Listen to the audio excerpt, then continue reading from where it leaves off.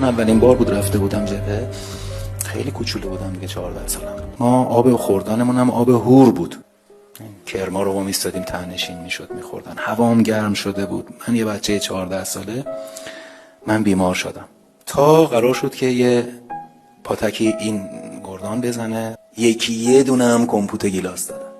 کمپوت گیلاس نگو بگو الگانس. جعب مهمات ها رو هم پر یخ کردن، این کمپوت گیلاس ها رو هم ریختن تو یخ.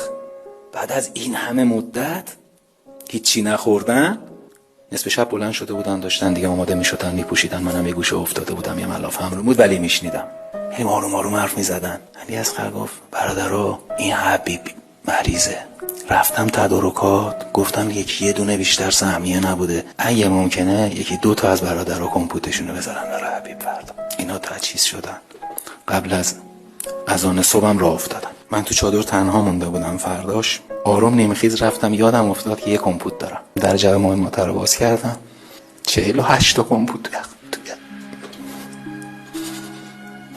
48 تا کمپوت تو جعبه مهمات. امضام یخ.